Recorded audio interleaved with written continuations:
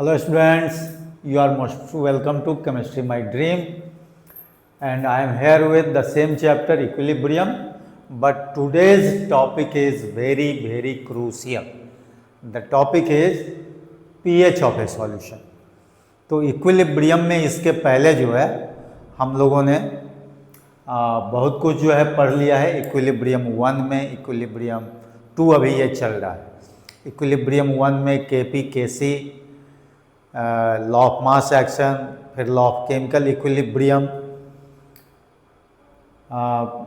characteristics of equilibrium, then equilibrium constant and lot of numericals and thereafter Le Chatelier's principle, वो सब सारा कुछ हम लोगों ने पढ़ लिया।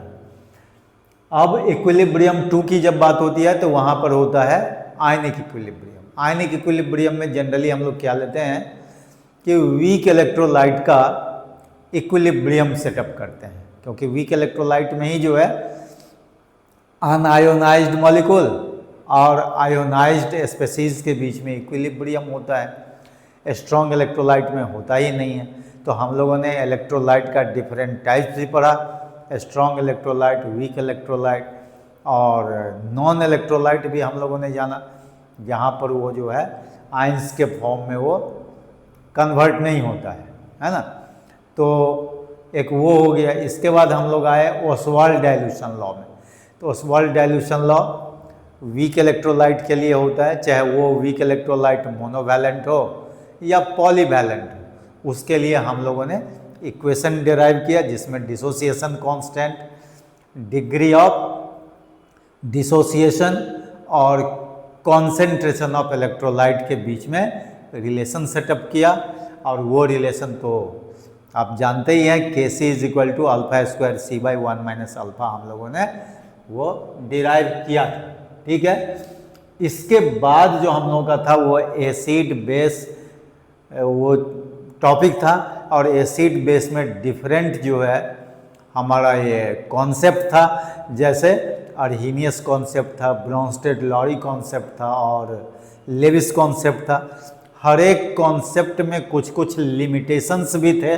सारे लिमिटेशंस को हम लोगों ने एक्सप्लेन करते हुए, है ना, कंजुगेट एसिड बेस पेयर ये सब पढ़ते हुए फिर हम लोगों ने सेल्फ आयोनाइजेशन ऑफ वाटर पर काम किया, और सेल्फ आयोनाइजेशन ऑफ वाटर से पीएच ऑफ ए सॉल्यूशन तक पहुंचने की कोशिश किए। और पीएच ऑफ ए सॉल्यूशन आप जान ही रहे हैं कि पीएच वैल्यू जिस सॉल्यूशन का 7 होता है वो न्यूट्रल होता है, लेकिन अगर 7 से कम होता है तो एसिडिक बिहेवियर का होता है, और अगर 7 से ज़्यादा होता है तो बेसिक नेचर का होता है। तो इस तरह से हम लोग पीएच ऑफ ए सॉल्यूशन पर आए। तो एक बार फिर से ये टॉपिक जो है पीएच ऑफ ए सॉल्यूशन हम ले रहे हैं ये अलग से, और इसमें बहुत कुछ है। तो इस पीएच ऑफ ए सॉल्यूशन के लिए हमारे पास में वो जो रिलेशन है वो फिर से मैं एक बार लिख रहा हूँ। देखिए, पीएच इज इक्वल टू होता है, pH equal to negative log of hydrogen ion concentration. ठीक है। और अगर POH हम लोग लिखते हैं तो ये हो जाता है negative log of hydroxyl ion. देखिए, OH माइनस जो होता है वो हाइड्रोक्साइड आयन होता है, तो हाइड्रोक्साइड आयन कॉन्सेंट्रेशन हम लोग लिखते हैं। ये पीएच और POH के लिए है। और हमने आपको ये भी दिया है pH plus POH is equal to 14 होता है, और जिसको हम लोग PKW भी बोल सकते हैं, जो आयनिक प्रोडक्ट ऑफ वाटर होता है। ठीक है, KW। तो इस फॉर्म में हम एक बार लिख चुके हैं, और इसे हैंडरसन इक्वेशन बोलते हैं। जनरली इसका नाम जो है हैंडरसन इक्वेशन होता है। ठीक है। तो ये जो है पीएच और पीओएच ऑफ ए सॉल्यूशन निकालने का ये फॉर्मूला होता है। इसी में क्वेश्चन पूछता है कि what do mean by pH of A solution, तो आप आंसर देते हैं कि negative logarithm of hydrogen ion concentration is called pH of the solution. तो यहाँ होता क्या है, अब देखिए इस इक्वेशन को यूज करके हमारे पास में ढेर सारे क्वेश्चंस होते हैं। सपोज कीजिए कहता है कि if hydrogen ion concentration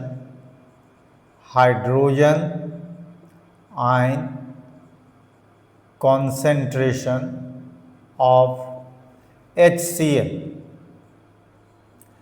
is equal to 10 to the power minus 4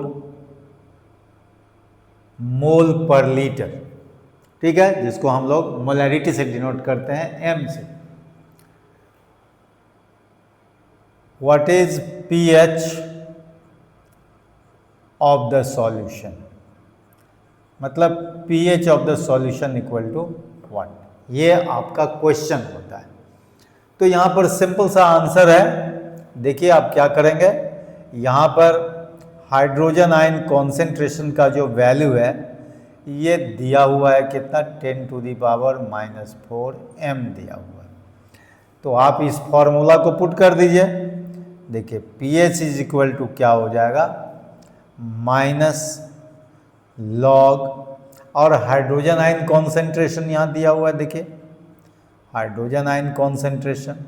अब इसका जो वैल्यू है वो आप पुट कर दीजिए, माइनस लॉग क्या हो जाएगा, 10 to the power minus 4 and this is equal to, ये हो जाएगा log m to the power n के फॉर्म में है, तो माइनस 4 इधर आकर के मल्टीप्लाइड हो जाएगा, तो माइनस 4 लॉग 10 हो जाएगा, और log 10 का वैल्यू क्या होता है, 1 होता है, तो दिस इज इक्वल टू हो जाएगा 4 इंटू 1 इक्वल टू 4, ठीक है। तो इस तरह से आपका pH वैल्यू जो है HCl के लिए कितना निकल जाएगा, 4 निकल जाएगा, ठीक है।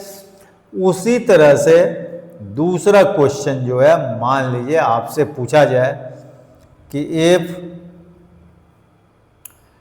concentration of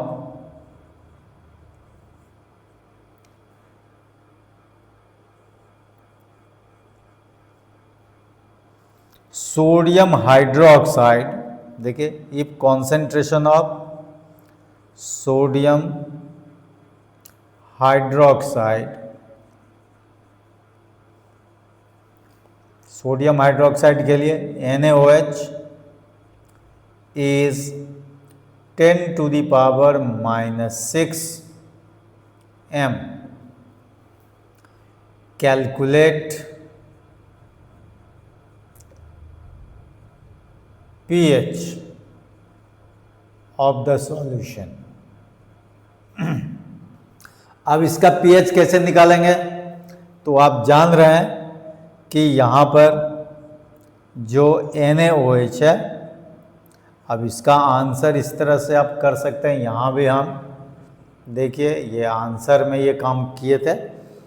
तो NaOH का जो कॉन्सेंट्रेशन है, पहले इसका आयोनाइजेशन लिख लीजिए। तो इसका आयोनाइजेशन जो है आप जानते हैं कि ये Na प्लस होगा, है ना, और OH माइनस होगा, ठीक है। तो ज़्यादा से ज़्यादा आप ये एक्वस कर लीजिए, ये भी है एक्वस कर दीजिए, ये भी एक्वस कर दीजिए, ठीक है। तो यहाँ पर आपका देखिए ये तो लिख सकते हैं ना कि NaOH का concentration is equal to Na plus का कॉन्सेंट्रेशन इज इक्वल टू हो जाएगा OH माइनस का कॉन्सेंट्रेशन। ये तो लिख सकते हैं क्योंकि ये 1 मोल अगर आयोनाइज होता है तो Na प्लस और 1 मोल Na प्लस और 1 मोल क्या होता है OH माइनस, ये देता है। तो इसका मतलब है कि इसका जो कॉन्सेंट्रेशन होगा सोडियम हाइड्रोक्साइड का, वही कॉन्सेंट्रेशन Na+ का होगा सोडियम आयन का, और वही कॉन्सेंट्रेशन हाइड्रोक्साइड आयन का होगा। ठीक है, और इसका वैल्यू जो दिया हुआ है वो है 10⁻⁻⁶ m। अब हम लोग को pH वैल्यू निकाल लेना है। तो देखिए, तो ये तो OH माइनस है, तो हम लोग यहाँ पर POH निकाल देते हैं। तो बोलिए POH इक्वल टू क्या होगा, माइनस लॉग OH माइनस का कॉन्सेंट्रेशन, तो ये हो जाएगा माइनस लॉग 10⁻⁻⁶ हो जाएगा। तो दिस इज इक्वल टू हो जाएगा माइनस माइनस क्या हो जाएगा, प्लस हो जाएगा। देखिए यहाँ पर -6 log 10 हो जाएगा, and this is equal to 6 हो जाएगा।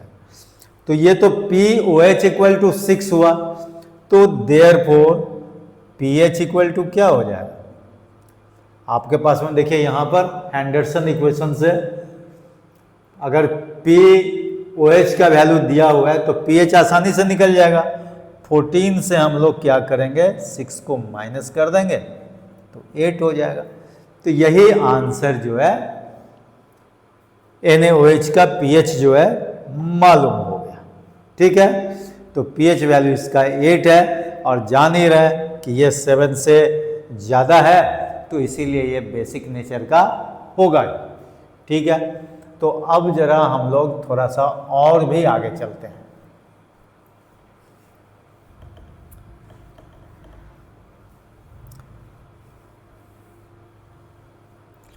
ठीक है, pH पर हम लोग और भी टिपिकल क्वेश्चन करते रहेंगे। अगर आप चाहते हैं कि एक आध क्वेश्चन और कर लें तो आप आसानी से एक आध क्वेश्चन और भी कर सकते हैं। जैसे देखिए, कभी कभी क्वेश्चन पूछता है कि इफ हाइड्रोजन आयन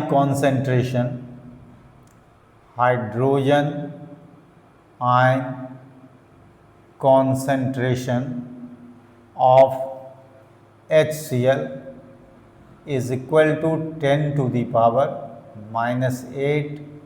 m.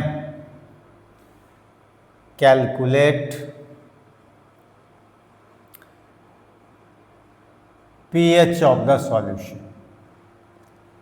मान लीजिए ऐसा क्वेश्चन आपका दिया हुआ है, तो इसके लिए आंसर कैसे करेंगे। तो इसके लिए हम लोग क्या करते हैं, देखिए अगर ये हम फॉर्मूला से आगे बढ़ें कि pH is equal to negative log of hydrogen ion concentration, अगर हम लोग इस तरह का फॉर्मूला जो है जो हम लोग यूज़ किए हैं उसको लेकर के चले, तो ये हो जाएगा माइनस लॉग 10⁻⁻8 हो जाएगा, and this is equal to 8 होगा। लेकिन आप जानते हैं कि pH इक्वल टू 8 जो होता है वो बेसिक होता है, वो सॉल्यूशन का बेसिक नेचर को बताता है। लेकिन यहाँ तो HCl आपने लिया है, तो HCl कितना भी डाइल्यूटेड क्यों ना हो, लेकिन वो कभी भी उसका वैल्यू 7 से ज़्यादा नहीं हो सकता है, 7 से कम ही रहेगा। लेकिन यहाँ तो देख रहे हैं कि यहाँ पे 8 हो रहा है, इसका मतलब है कि कहीं कहीं कोई चीज़ हम लोग मिस कर रहे हैं। तो क्या मिस कर रहे हैं, इसके लिए आपको यहाँ थोड़ा सा लिखना होगा। सिंस pH वैल्यू ऑफ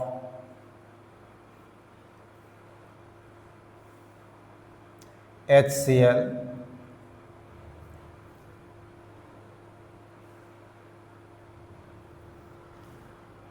ऐसा लिखिए,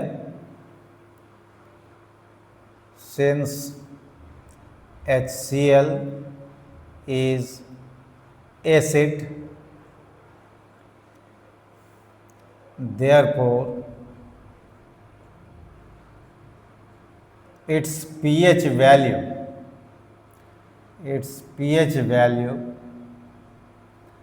must be lower than 7, ये तो होना चाहिए।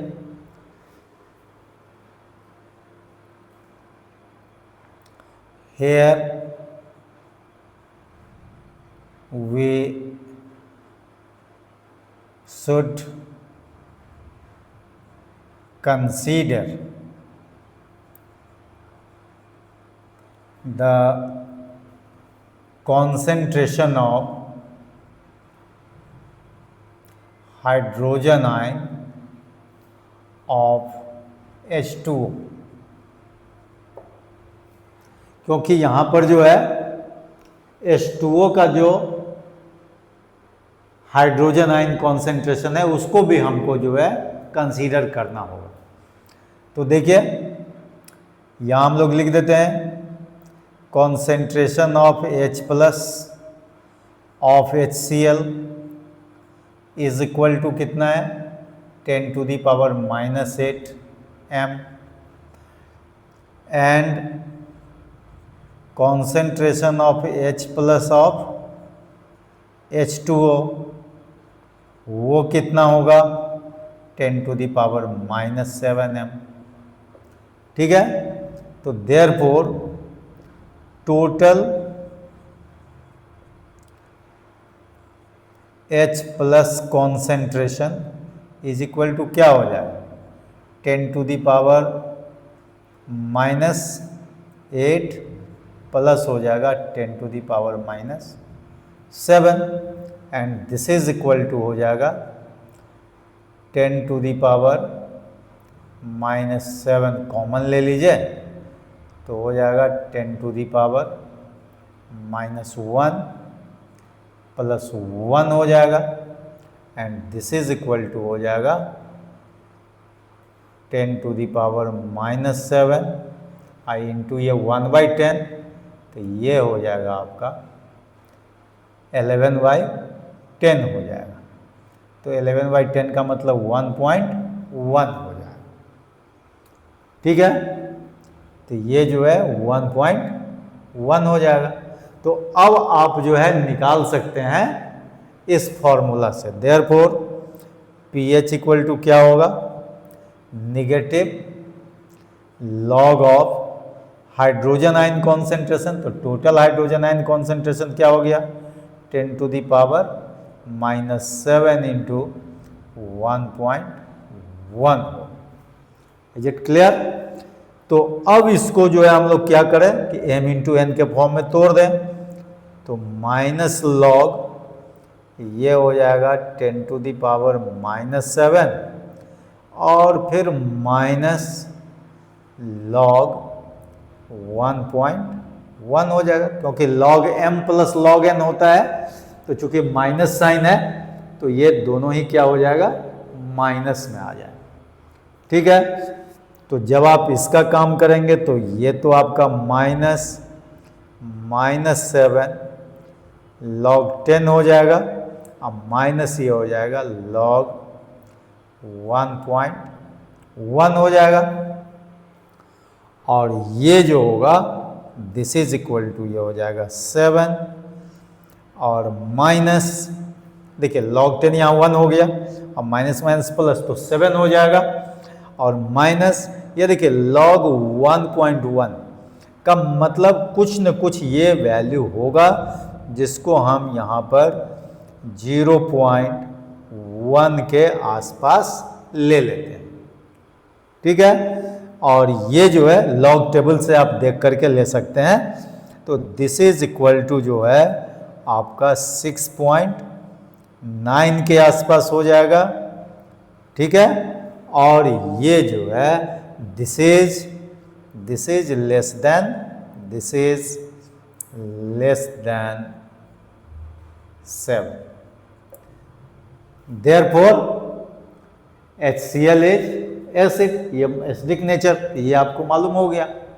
ठीक है, तो यहाँ जो 8 हो रहा था इसका मतलब है कि हम लोगों ने hydrogen ion concentration of H2O को ऐड नहीं किए थे, इसलिए ये चीज़ हो रहा था। ठीक है, तो उसी तरह कभी कभी कोई बेस ऐसा लेंगे जिसका कि pH वैल्यू 7 से कम दिखाई देगा, लेकिन वो होगा नहीं, वहाँ भी हम लोग क्या करेंगे उस केस में भी हाइड्रोजन आयन कॉन्सेंट्रेशन का वैल्यू वहाँ पर वाटर का जो होगा वो ले लेंगे, दैट इज 10⁻⁷m, जो हम पहले ही डिस्कस कर चुके हैं।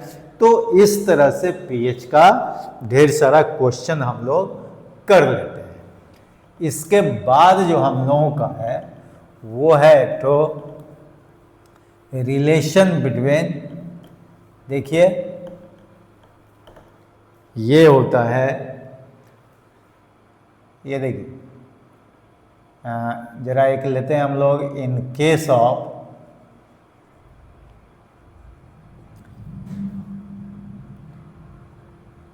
पॉलीप्रोटिक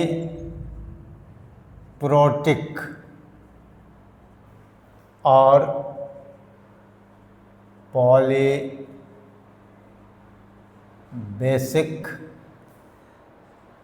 एसिड और पॉली एसिडिक बेस, इसके लिए जो है आप डिसोसिएशन कांस्टेंट का वैल्यू जो है अलग अलग होता है।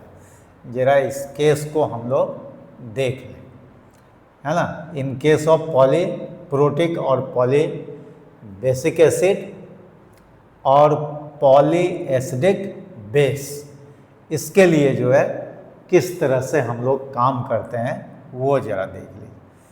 अब जैसे सपोज कीजिए कि आपने इस टाइप का जो है एसिड लिया।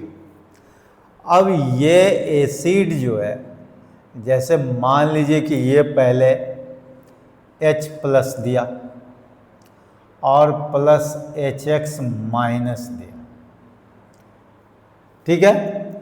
तो ये हम लोग लिख लिए, और फिर ये HX- जो है फिर से ये इक्विलिब्रियम के फॉर्म में आप लिख सकते हैं H+ प्लस X2-। देखिए जरा ठीक से देखिए। तो दोनों के लिए हम लोग अलग अलग जो है डिसोसिएशन कांस्टेंट का वैल्यू या आयोनाइजेशन कांस्टेंट का वैल्यू निकाल सकते हैं।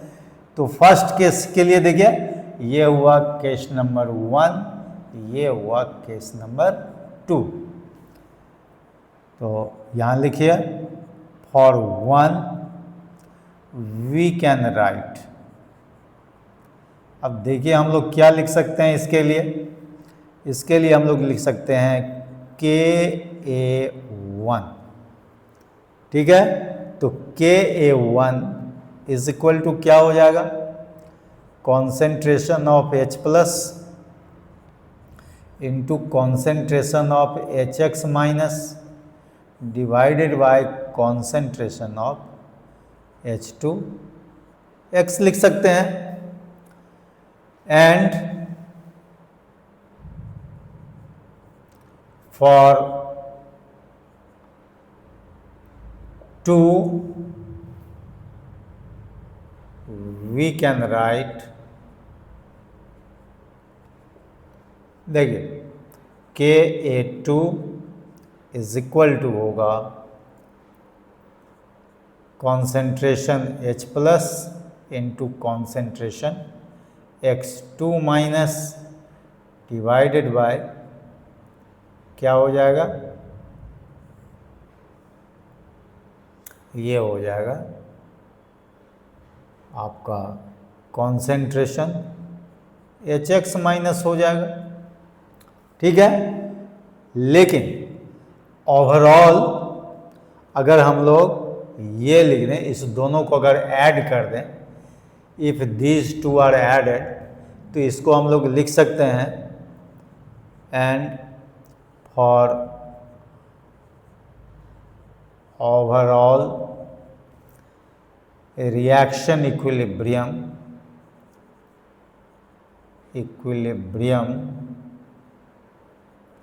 क्या हम लोग लिख सकते हैं, देखिए ये लिख सकते हैं H2X, और ये देखिए ये तो ऐड हो जाएगा, ये कैंसिल हो जाएगा, तो 2H+ प्लस यहाँ पर हो जाएगा x2 माइनस हो जाएगा। तो अगर यहाँ पर हम के ए लिख दें तो दिस इज इक्वल टू क्या हो जाएगा, देखिए यहाँ पर हो जाएगा h plus to the power 2 हो जाएगा, और ये हो जाएगा concentration x2 minus divided by हो जाएगा कॉन्सेंट्रेशन H2x हो जाएगा। तो यहाँ ये देखिए KA1, KA2 और KA मिला, तो यहाँ सॉरी यहाँ लिख सकते हैं आप KA is equal to KA1 into sorry KA2, ये आप लिख सकते हैं। देखिए इसको मिला लीजिए, जैसे ही ये वैल्यू को इंटू करेंगे तो ये आ जाएगा।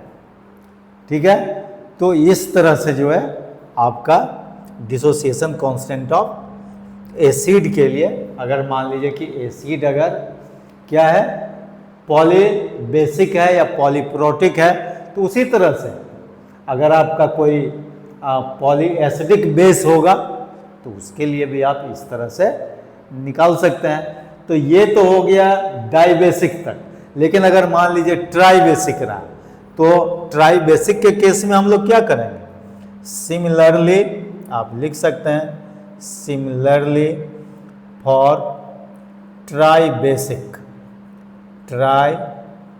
बेसिक एसिड हम लोग क्या ले लेंगे, के ए इज इक्वल टू हो जाएगा KA1 into KA2 into KA3, इस तरह से हो जाएगा, कहीं कोई प्रॉब्लम नहीं है। ठीक है, तो इस तरह से हम लोग कई फॉर्मूले डिराइव कर सकते हैं, है ना। और नेक्स्ट टाइम जो है हम आपसे और भी pH वैल्यू से रिलेटेड चीज़ हम लोग बात करेंगे, और वहाँ भी हम लोग देखेंगे कि किस तरह से, और उतना ही नहीं pKa pKb जो हम एक बार पहले बोल चुके हैं कि pKa जो होता है वो इन्वर्सली प्रोपोर्शनल टू Ka होता है, और pKb is inversely proportional to Kb, जिसको हम लोग डिसोसिएशन कांस्टेंट ऑफ बेस बोलते हैं। तो उसका भी एप्लीकेशन होगा, है ना, और उसके एप्लीकेशन पर हम लोग आगे काम करेंगे। तब तक आप जो है इस चैनल को आप सब्सक्राइब जरूर कर लिए होंगे, मुझे उम्मीद है, और आप ढेर सारे प्रैक्टिस इस चैनल के थ्रू कर सकते हैं, और अपने ड्रीम को पूरा करने के लिए आगे बढ़ते रहिए। मैं आपके साथ हूँ। Okay, thank you.